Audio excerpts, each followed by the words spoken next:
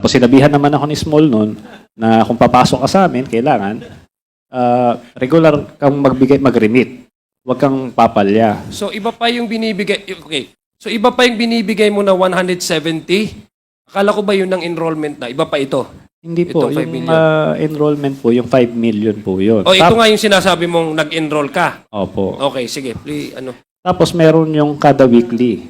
So yung enrollment lang yun para makapasok ka sa kanila. Tapos kada container na i-release mo, magbabayad ka sa kanila, 10,000 po yun. If Congressman Yes, Adjong, please, just yes. I saw Major Cascola nodding his head. Does that mean that you are confirming what Jimmy Guban is saying? Yes, Your Honor. So alam niyo yung ganong sistema sa o kalakaran sa loob ng customs.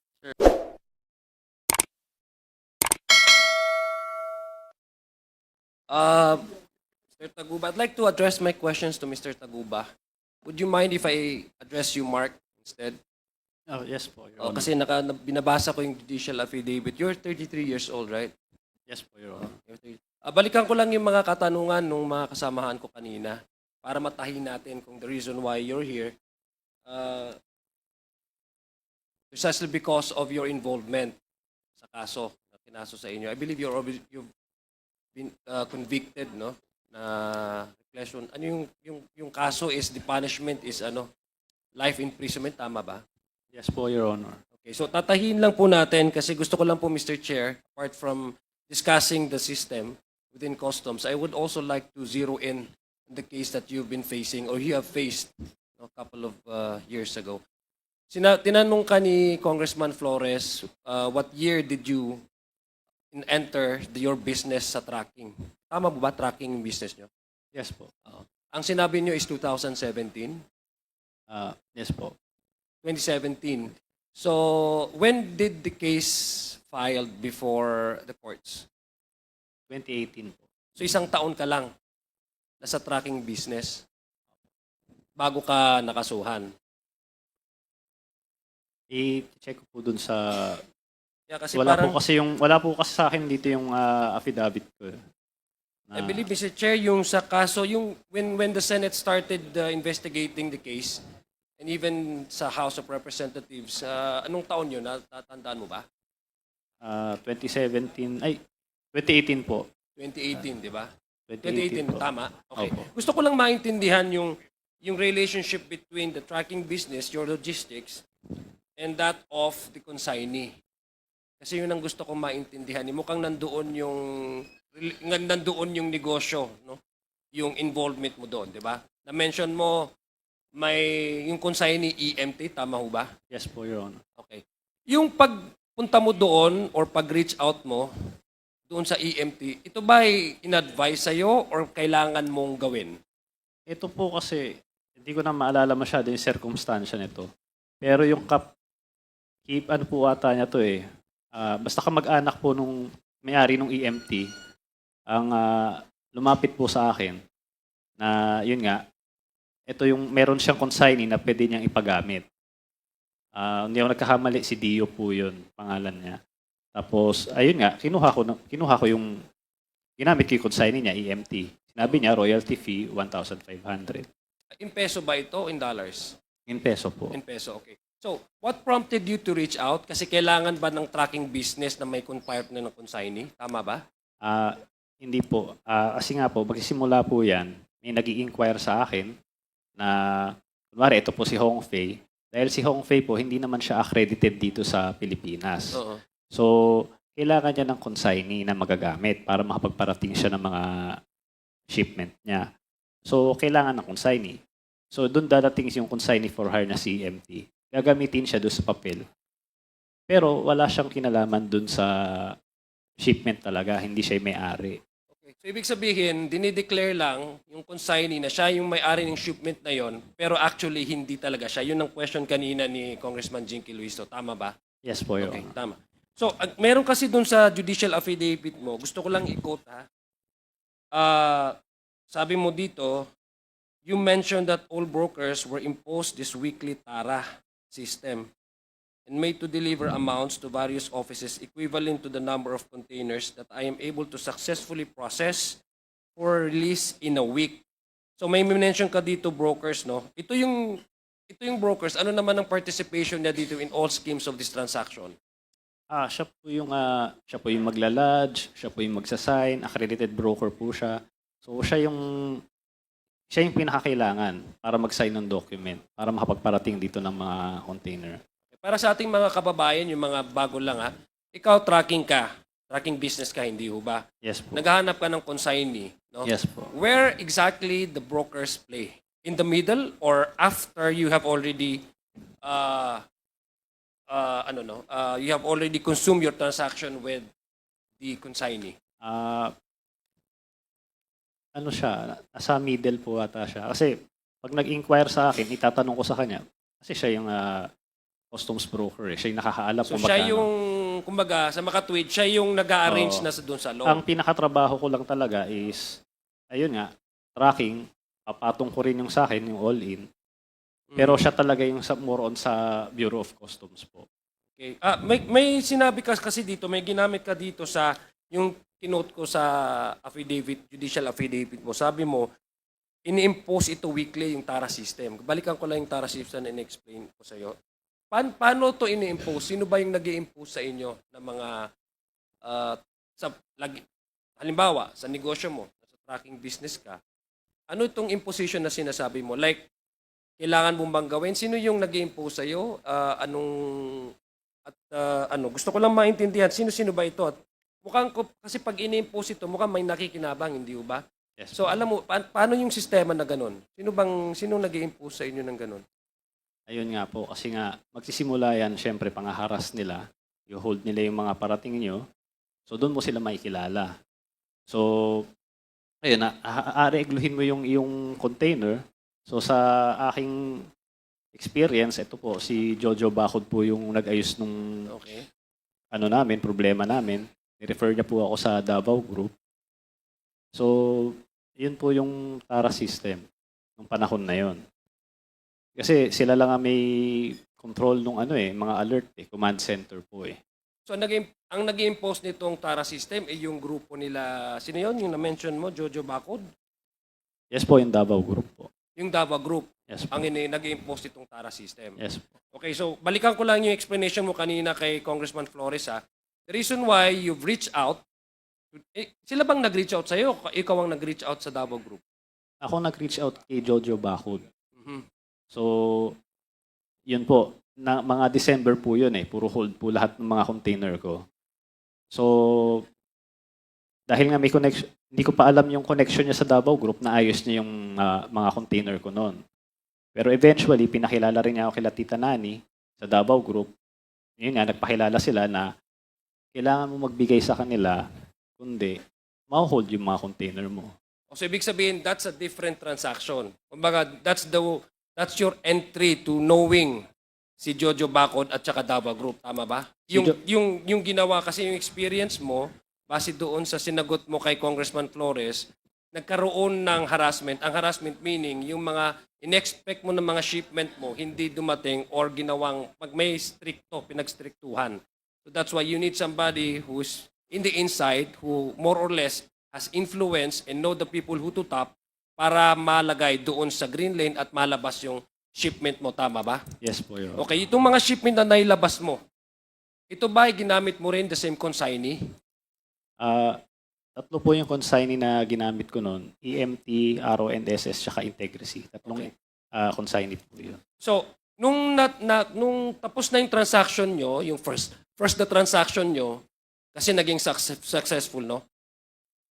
Bakit ka continuous nakikipag-deal with the Davao Group? Na-mention mo kasi na Davao Group, kasi that's the reason why you're here right now, di ba? Yes. Kaso, bakit continuous mo pa rin yung pakikipag-ugnayan sa kanila? Mayroon ka pa bang mga shipment na in-expect mong pumasok na baka maahras? Yes po, kasi yun po yung trabaho ko eh. Nandoon po sa linyahan na yun eh.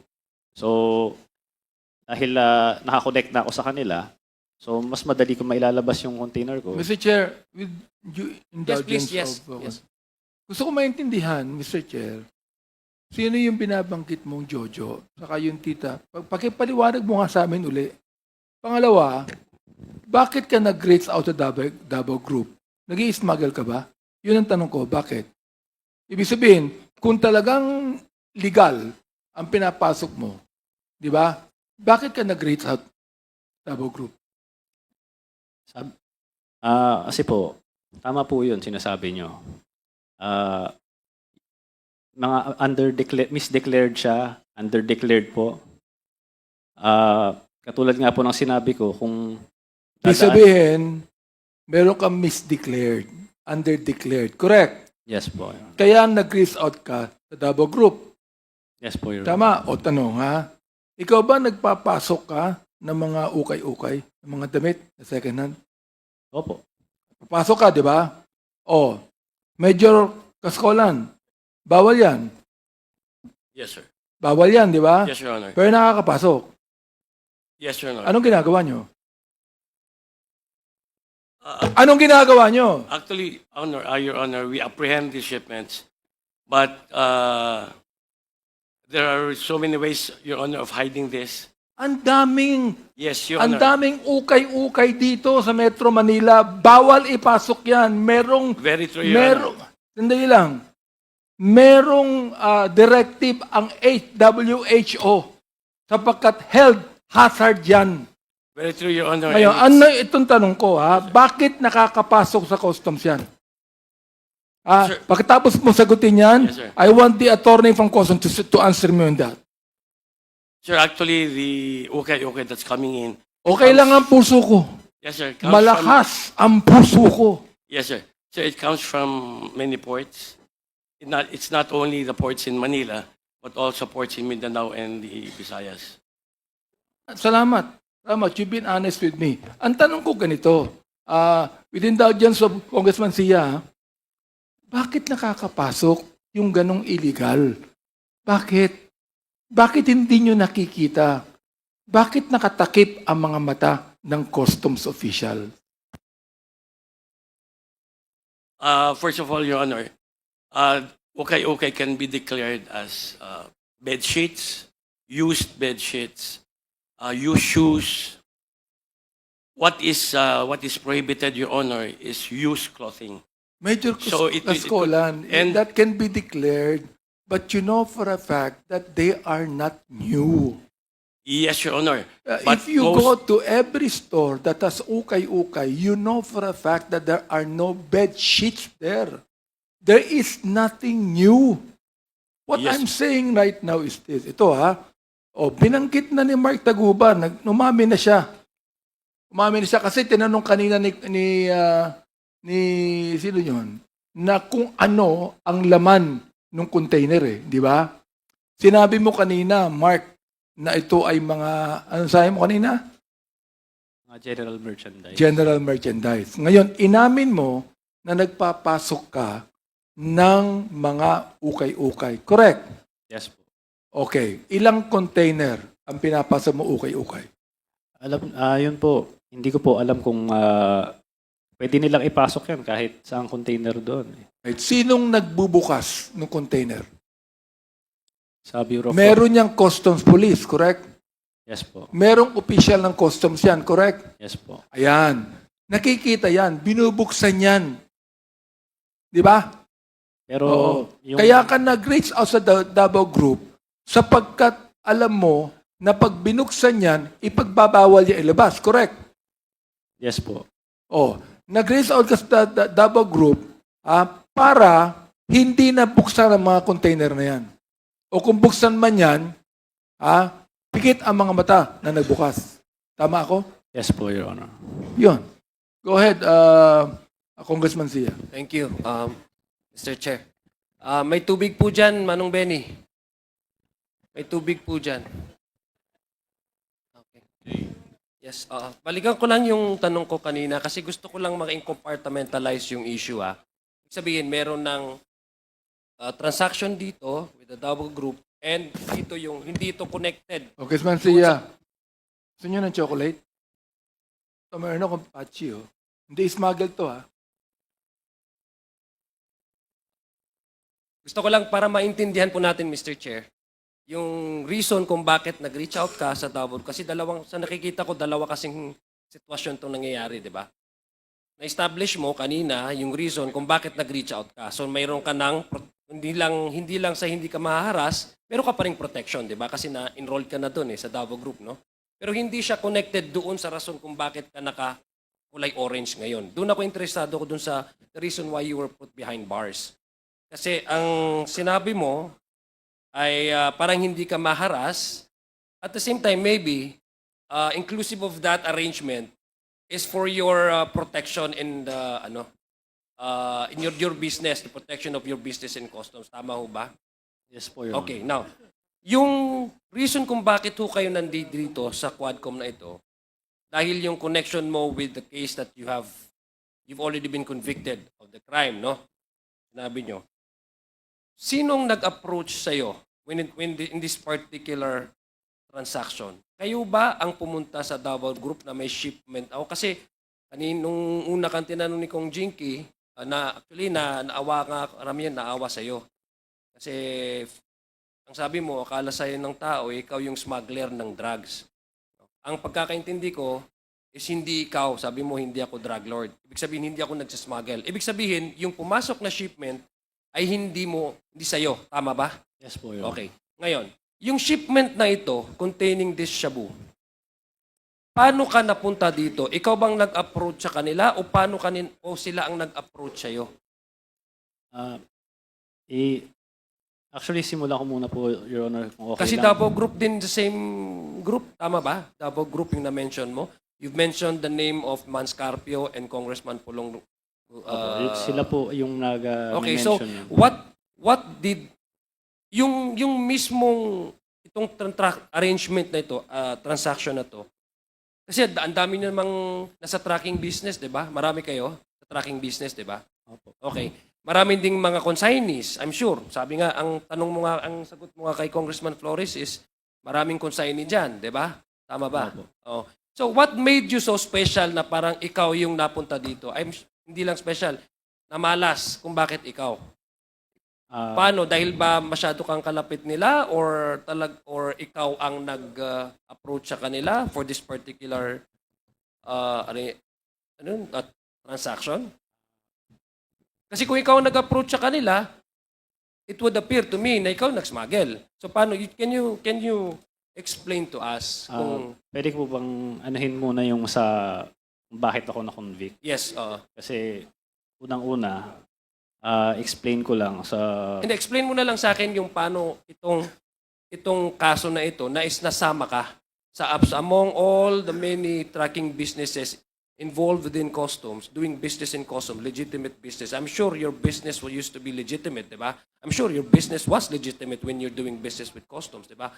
So how come among all the tracking businesses, among all the consignees who've been accredited by customs, it's you and EMT were involved in that particular shipment, which apparently came out to be drugs. Simulan ko po muna doon kay Kenneth Dong. So, ito po, siya po yung nag-inquire nitong shipment na to itong MCLU 600-1881. So, tinanong niya sa akin, regular shipment lang naman ito Pero, doon nga, sa Senate hearing, nalaman ko na yung kay Manili, meron siyang mga items doon na tinanggal doon sa packing list. Nandoon po yung metal cylinder. So, nung papunta po kay Kenneth Dong, nung binigay niya sa akin yung packing list, wala pong nakalagay na metal cylinder doon. Wala rin po, ang nakalagay lang doon, mga general na merchandise lang. So, in-rate ko siya na isang normal na shipment. So, tinako sa proseso na normal. So, TJ, ano mo nga to? Paano ba tong ganyan? So, i-refer ko siya sa broker ko sa normal na proseso. Wala po talaga kaming alam kung may shabu yan o ano. Wala po talaga kaming kinalaman. So, sabi ko nga, May 15 pa lang, nagsasubmit na ng manifest yung barko. 24 hours bago siya mag-arrive sa port, KBOC. So doon pa lang, kung mayroon silang hinala na ito, maling shipment ito, dapat sabihin natin, dapat mas mataas yung tax nito o baka may mga kontrabando ito. Pwede na nilang i-alert doon So, green lane ito, pero hindi pa namin nailabas agad kasi hindi siya rush Hindi naman kinasabing sa akin ni Kenneth na, ilabas mo na yung... Si Kenneth, anong ni Kenneth? Customs broker ba siya? Hindi, client ko po siya. I'm sorry. Client mo. Opo, Okay. siya po yung nag-inquire nung sa shipment na to. Congressman Sia. Mark, ikaw ba nag-i-smuggle ka rin ng bigas? Hindi po. Hindi. Hindi po. Ano lang, ukay-ukay lang, saka ano pang ini-smuggle mo? Drugs. Para maintindihan niyo po, pagka sinabi mong general merchandise, smuggle na yon. Ayun, oo. So, ibig sabihin, pag Oo. general merchandise, smuggle na yan. Opo. Ano nakalagay dyan? General merchandise. Kasi po, para malaman niyo po yung proseso nito, ang isang container po, marami pong may-ari niyan. So, isipin niyo po yung trabaho ng FedEx, kunwari. So, itong si Hongfei, siya yung exporter sa China. Itong si Hongfei dito sa Valenzuela, kung saan nahuli yung drugs, siya yung importer. Si EMT, talagang wala siyang kinalaman dito sa transaction na ito. Talagang royalty fee lang siya. So, lahat ng mga Chinese na gustong magparating ng mga mga products nila, ikino-consolidate yan sa isang container. Yan po ay smuggled na yan. Kasi hindi naman dinedeclare lahat eh. Kung i-declare mo yan lahat, napakahabang listahan po niyan. So, yun po yung general merchandise. Your Honor. Go ahead, Masia. Thank you.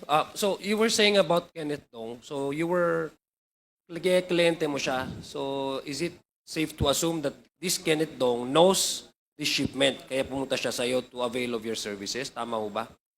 Opo. Okay, pakipaliwanag nga. No, so, gusto kong malaman kung paano ka napunta dito. Ayun po, nag-inquire po siya. Tinreat ko siya na regular shipment dahil wala namang kontrabando o kahit ano man dun sa kanyang pinadalang packing list. So parang normal lang, walang hindi ko pinag-isipan ng masama. So sabi ko nga po, May 15 pa lang nagkaroon na ng manifest. Matagal po yan na-release. Parang kada araw, nagbayad ng OLRS, nagbayad ng ganito. Hindi siya minadali. Ibig sabihin, hindi siya nakalabas agad-agad. Hindi po, pero naka-green lane po siya. Naka-green lane. Opo. Okay. Anytime po doon, kung talagang merong balak silang anuhin yon, pwede nila i-red Ilang lane. weeks ba bago na ilabas ninyo itong shipment na to? Yung kay Kenneth Dong na yung pala meron lamang droga. Ilang weeks o ilang months? Kung di ako Despite the fact na naka-green lane siya.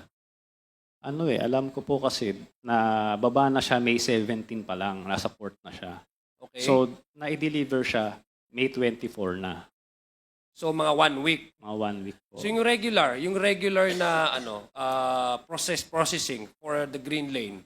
Ang green lane po, kung mamadaliin siya, mga 2-3 oras, mailalabas mo na yung container. Oh, sige, okay. So May 15, may sabi mo, may mga fees na, processing fees, tapos hindi pa nailabas.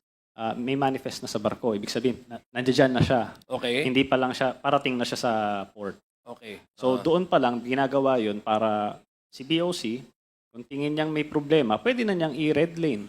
Pwede na niyang i-alert.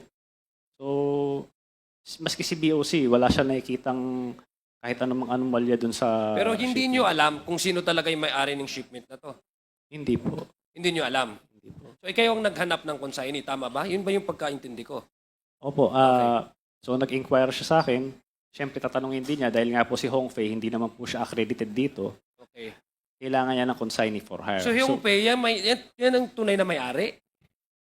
Opo. Yung shipment Based na yun? dun sa, kasi para malaman nyo rin po, yung proseso dun naman sa China, pagka mag-e-export siya kasi naglo-load ng mga gamit eh. So pupunta siya sa container depot ng shipping lines, siya mag-aasikaso nun, dadali niya sa warehouse, siya yung maglo-load, siya yung mag-i-stuff ng mga gamit. Now, I'll ask you, kasi yung very important sa akin, Mr. Chair, yung timeline eh.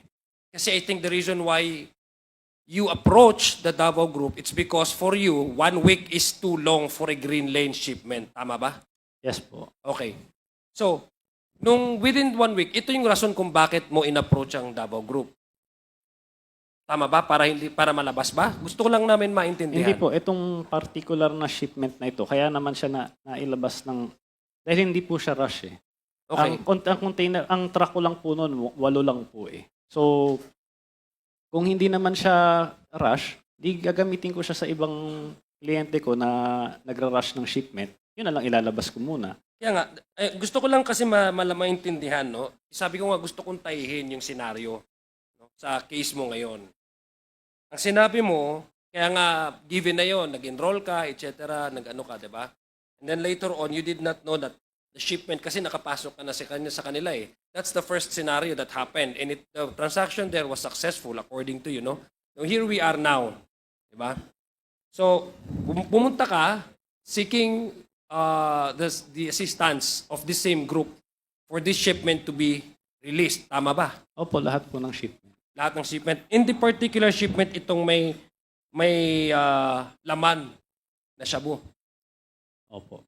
Tama ba? Pero yun nga po, sinasabi ko po, hindi ko po alam yung tungkol dyan sa shabu na yan. Aha. So, ang alam ko lang po is general merchandise yan. So, Okay. pag nung 24 na i-deliver namin, nagkaroon ng raid sa Valenzuela, 26.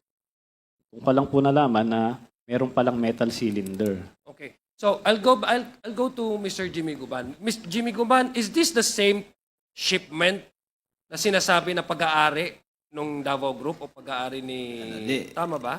Your Honor, sila ho ang nagpoprotekta.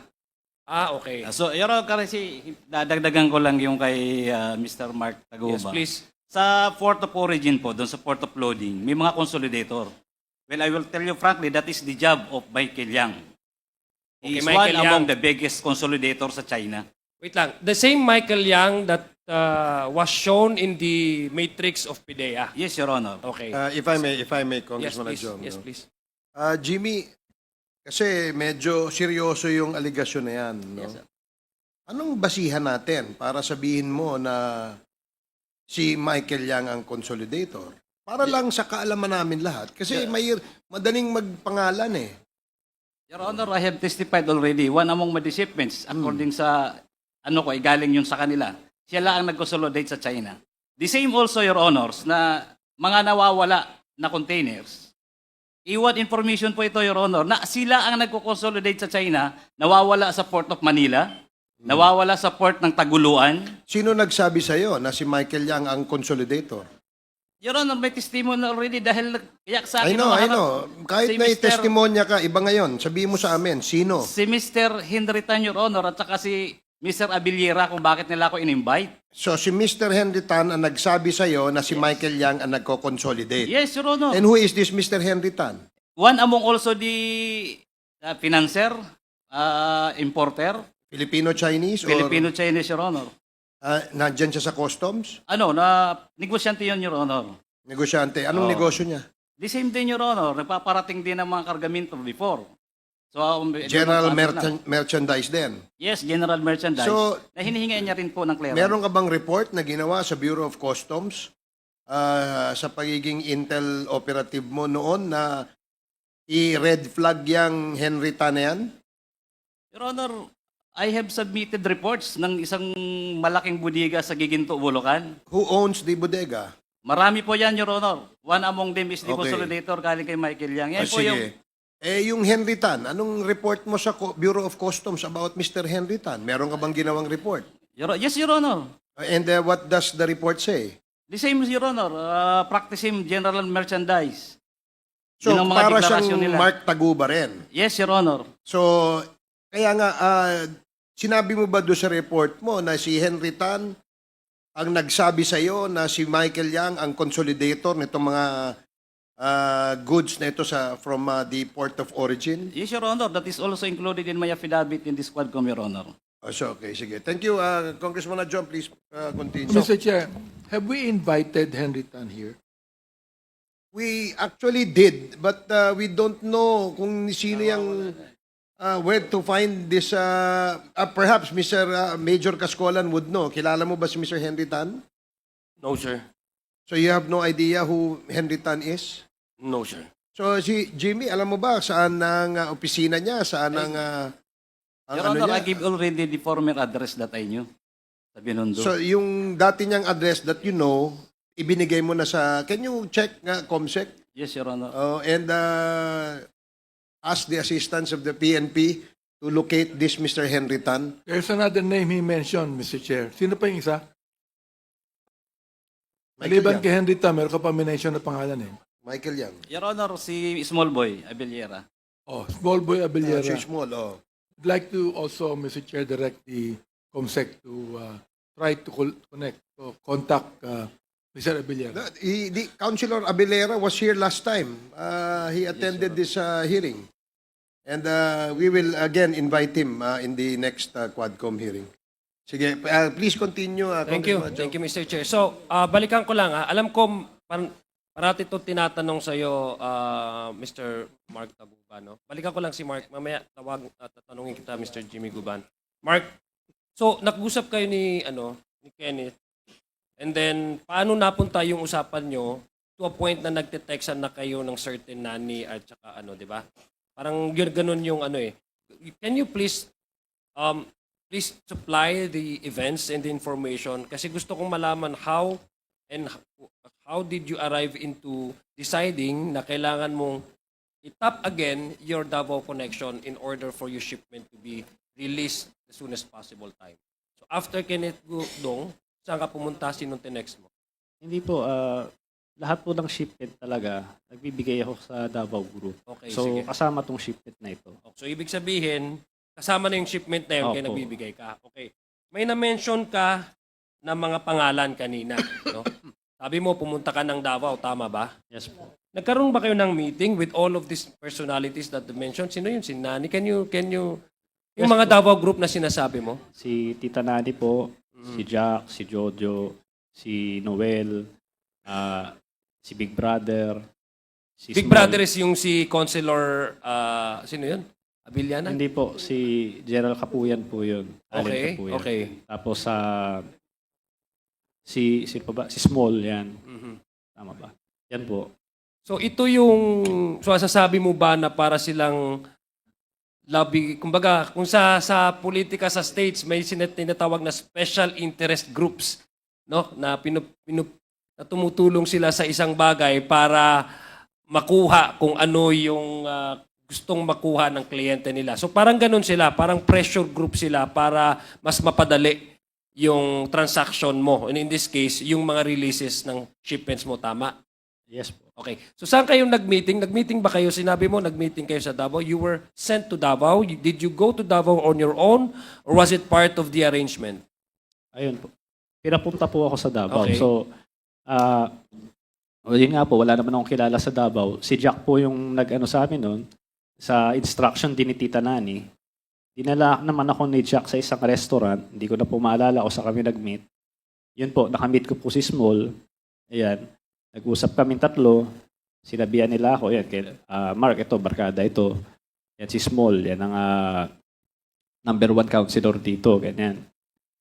Tapos sinabihan naman ako ni Small noon na kung papasok ka sa amin, kailangan regular kang mag-remit. Huwag kang papalya. So iba pa yung binibigay, okay. So iba pa yung binibigay mo na 170? Akala ko ba yun ng enrollment na? Iba pa ito? Hindi po, Itong 5 yung million. enrollment po, yung 5 million po yun. O ito nga yung sinasabi mong nag-enroll ka. Opo. Okay, sige. Please, Tapos meron yung kada weekly. So yung enrollment lang yun para makapasok ka sa kanila. Tapos kada container na i-release mo, magbabayad ka sa kanila, 10,000 po yun. Mhm. So binigay mo itong 5 million na enrollment fee. Sabi mo Opo. binigay mo kay Councilor, tama ba yun? Small? Tama, no? Yes po Mr. yun. Chair, Yes, please. nabanggit mo nung last hearing natin, nung tinanong namin si Small, itinanggi niya eh. Itinanggi yung 5 million, itinangging nakausap kanya. Itinanggi niya yun eh. Okay. So, paano mo ipapaliwanag yun? Your Honor, pagkakaalala ko po, hindi po niya tinanggi na nagkausap kami. Ang itinanggi lang niya Yung isa, 5 million. yung 5 million. So, syempre, ano niya yun, istorya niya yun. Isa storya ko. So, i-deny niya talaga yun. Pero, ang tanging pweba ko lang, sabi ko nga, kung ang hinahanap niyo po is, nagbigay ba ako parang resibo ba? Na tinanggap niya yung 5 million, parang gano'n. Tingin ko wala naman pong gagawa ng gano'n eh. So, ang tanging pweba Pero ko lang, meron ka record noon, sarili mo. Wala resibo yan. Totoo yun. Pag nag-resibo ka, tanga ka na. Pero ang natanong ko, meron kang tinatago na personal na journal dyan na itong Isbol Abiliera tumanggap ng 5 milyon. Meron kang tinatago dyan, di ba? Yun ang ipakita mo sa amin. Sige po. Okay, Mr. Chair. Mr. Chair, what appears to me, Mr. Chair, Mark, is, although bata ka nung oras na yun, pero I'm sure, meron ka namang idea sa negosyo, di ba? If somebody asks you for a 5 million pesos as an enrollment fee, you wouldn't give it that easily, no? Without knowing kung ano yung kapalit, di ba? Yes po. Okay. So what made you decide na itong 5 million ko ay guaranteed na yung protection at saka yung yung mga request ko ay may bibigay sa akin o makukuha ko? What makes you what made you feel safe that that's an investment eh. Kung akong tatanungin mo, I'm not a businessman, but that's an investment on your part. You've given 5 million enrollment fee. In exchange is protection and for all of your shipments to be released as quickly as possible. Hindi ho tama ho ba yun? So, what made you decide to go to Davao despite the fact na ilang beses kayo nag-meet ni Nani at saka ano? Balikan ko lang po dun sa... Okay. So kingiti na nani pala, okay. Weekly po talaga, nagre-remit ako sa kanya. So sabi ko po, Saka nagre-remit kay? minsan po, sa kanya mismo, Sinong kanya? kay Tita Nani po. Okay. So minsan po tatawagan niya ako, nandito ako sa baba, sa tapat na lang opisina ko yon. O minsan naman pupuntahin niya ako sa isang lugar, doon kami mag-meet. So weekly po yun, kada container po na napaparating ko. Doon naman po sa ano yung naging insurance ko po. Ang totoo po niyan, tama po kayo, parang sugal po yun. Pero ang naging basihan ko na lang po si Jojo Bakod kasi taga sa amin po siya eh. Kilala ko po siya noon pa. So, Okay, so yung Jojo Bakod, kasama ba sa Dovo Group? well, I assume kasi siya yung nag-ano sa kanila eh. Nag-refer sa kanila eh. Okay. So, Mr. Chair, I'd like to make a motion that we invite Tita Nani and Jojo in the hearing. With the indulgence yeah, please, of yeah, sure. Congressman Adyong. Yes, what is the motion?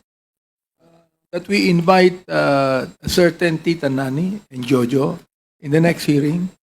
There is a motion to invite a certain Tita Nani and a certain Jojo in the next scheduled Quadcom hearing. Duly seconded. Are there any objections? Hearing none, the motion is approved. So, Comsec, please invite the two personalities mentioned. Sir Chair. Please proceed. Yes, please help me understand, Mark. Gusto ko lang talagang yung the whole transaction that happened. I want to know, earlier, you responded na you've been paying 170,000 to Tita Nani, di ba? Hindi po. Ang I'm sorry, to the customs, yung Tara system. That's it. yung 170,000 po yun, may breakdown Per po container, yun. yes, Opo. okay. So may tara doon, meron din customs duties, merong shipping line. So this is already exclusive of the 5 million enrollment fee. Bukod po Okay, yun. bukod pa yon. So hindi yun guarantee na dahil nagbabayad ka ng 170,000 ay enrolled ka na. Tama? Enrolled ka na meaning nakapasok ka na dun sa Opo, grupo opo. na magpo-protect sa tayo, sir, 'di ba? Tama. po, opo. Okay. So when you were asked to pay for the 5 billion, ibig sabihin this is another layer of protection naman. Tama ba? Hindi po, yung 5 billion po yun, ano yun eh, pagpasok mo pa lang sa Yun kanila. nga, Opo. exactly, yeah. Opo. Kasi ang gusto kong tanungin is why do you have to pay for another 5 million when you were already dealing with the same persons?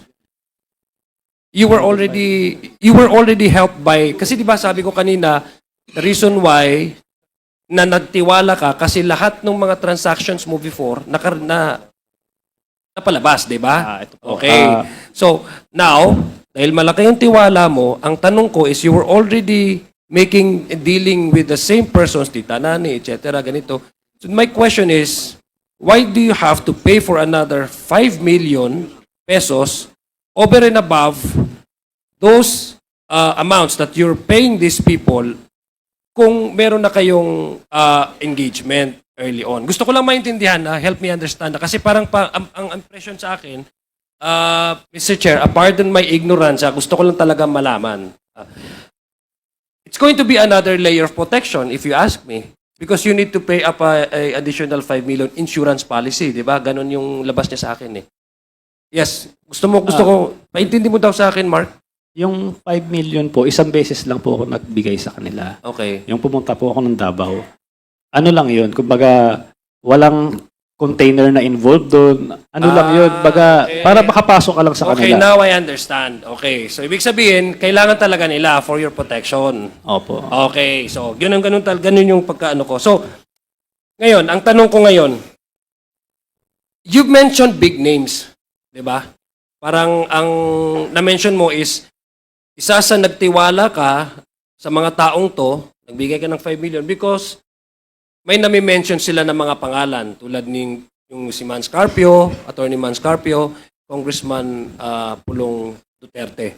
What made you at least convinced na talagang isang grupo ito at ito sila Nani, ito sila, sino pa yung mga na-mention mo ng mga pangalan, ay talagang magagamit nila, if ever, no, presumed, no, na the allegation is magagamit yung kanilang influence. So what made you convinced na itong Davao Group ay talagang sila yung nabumuo nito? Yun nga po. Yung mga container ko nga po is na green lane po lahat. Ang totoo po niyan, kung tutuusin, nabanggit ko lang talaga sila sa congressional hearing nung last time eh. At yun nga po, dahil yun po yung pakiramdam ko na kung bakit nagkaroon ng kamalas-malasan itong buhay ko. Hindi ko po talaga balak na sabihin yung mga pangalan nila ng mga panahon na yun. Marami pong congressman noon na marami nagtatanong, talagang hindi ko po ako handa. So bigla akong nabanggit yun. At yun nga, ako talaga wala naman akong pakialam kung sino Nabanggit man. mo kasi sinasabi sa'yo. Opo. I mean, sinasabi nung mga kaano mo. Opo, yun po. Gusto kong saklaruhin na wala naman po talaga akong pakialam kung sino man talaga yung nasa tuktok niya na nagmamaniobra sa Bureau of Customs eh. Kung sino pa yan. At ang nagsasabi naman yan sila. Nakita niya naman yung mga text messages. So wala rin naman akong dahilan para siraan itong mga taong ito, sila Paulo Duterte at Man Scarpio. Naniniwala naman ako sa'yo. Kasi ako naniniwala ako sa'yo na ang gusto mo lang, punto de vista mo is mapaganda yung negosyo mo. And I believe you on that. Ganito lang, gusto ko lang tanungin, may na-mention ka na Chinese name na from the place of origin nung itong shipment na to. Ano yung consignee kasi hindi siya accredited dito? Yun po yung Hongfei. Yun po yung Hongfei export, import. Ako ba? How is this connected with Michael Yang? Because I've mentioned somewhere the name Michael Yang. I'm sorry, I've heard about Michael Yang. Was it you, Jimmy Guban, or ikaw ba, Mark? Siya po yata. Okay, sige. Gusto ko lang maintindihan. So itong mga itong kumpanya na ito sa China, wala silang accredited. So they need a partner here, local consignee, tama ba? Yan po. Doon po Okay. pumapasok. How many times is this company in China been sending shipments to the Philippines and needed more local consignees? Would you know? Base po doon sa nakita kong investigasyon doon sa Senate, kasi may logbook sila eh. Marami din silang iba pang mga broker consignee na ginagamit. Okay. So, wala na po akong personal knowledge Okay. kung ilan. I think, Mr. Chair, this is very important, no? Kasi if what Mark Taguba is saying, is telling us is true, na itong, pakiulat nga, yung company na yon, yung Chinese Hongfei company. po. Hongfei. Hongfei. Now, if this is true, kasi sa kanila galing yung shipment, di ba? Tapos kumuha lang si Mark ng local consignee kasi hindi nga sila accredited sa customs. So they cannot actually do business here in the country. They cannot export. So somebody has to claim ownership over these shipments. If that is true, then I believe we need to go back to how many times has this company been sending shipments? And what are the consignees? Kasi baka naman up to now, hindi natin alam, baka pumapasok pa itong mga ito, di ba? Itong company na ito. So, may I request, Mr. Chair, I believe we have our partner here at the Bureau of Customs. Maybe we can request for that data, no? Para po malaman namin kung paano.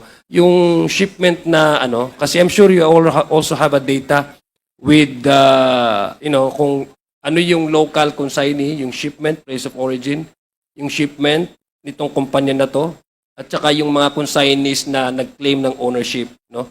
Doon sa mga shipment na to. Maybe we can that can help us probably, Mr. Chair. So, Attorney Yes. Buko, Can can you we- provide the Yes. committee data on Hongfei, no? Hongfei ba yan? Hongfei, yung Okay. Mr. Richard Chen.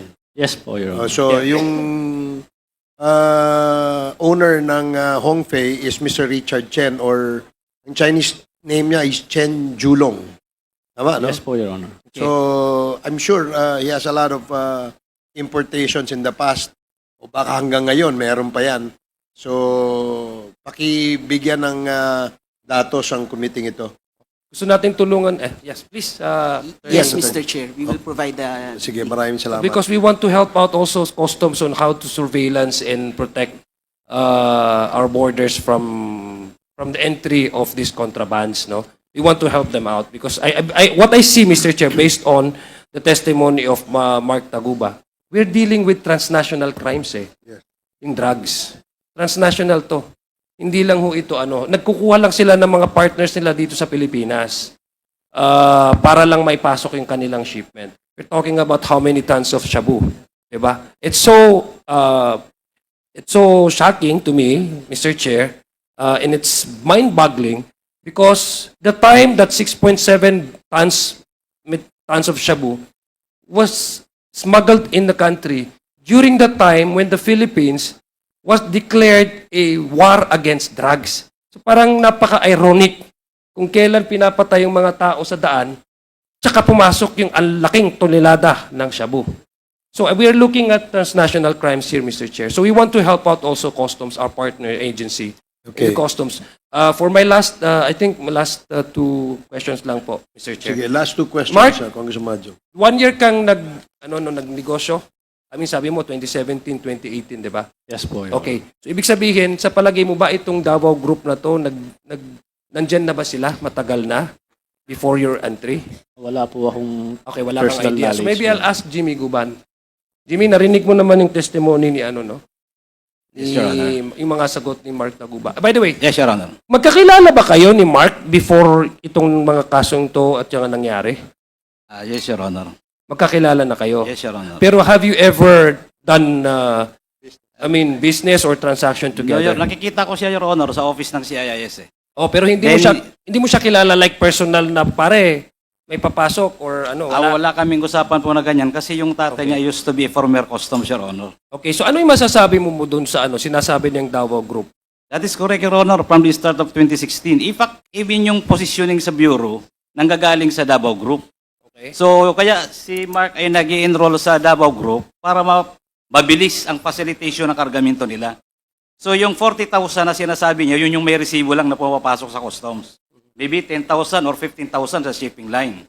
Then the rest of that, ay doon na yun sa grupo ng Davao Group. Okay. So, regardless na po yun kung anong klaseng kargamento ang papasok, which is kaya nag-proliferate ang illegal drugs, illegal, pati na ho agricultural products, ang dami po noon. Kasi hindi ho kontrolado ng custom officials ang Bureau of Customs. It's the Davao Group that was controlling during that time. Okay. If, Congressman Yes, Adjong, please, just, yes. I saw Major Cascolan nodding his head. Does that mean that you are confirming what Jimmy Guban is saying? Yes, Your Honor. So, alam niyo yung ganong sistema o kalakaran sa loob ng customs?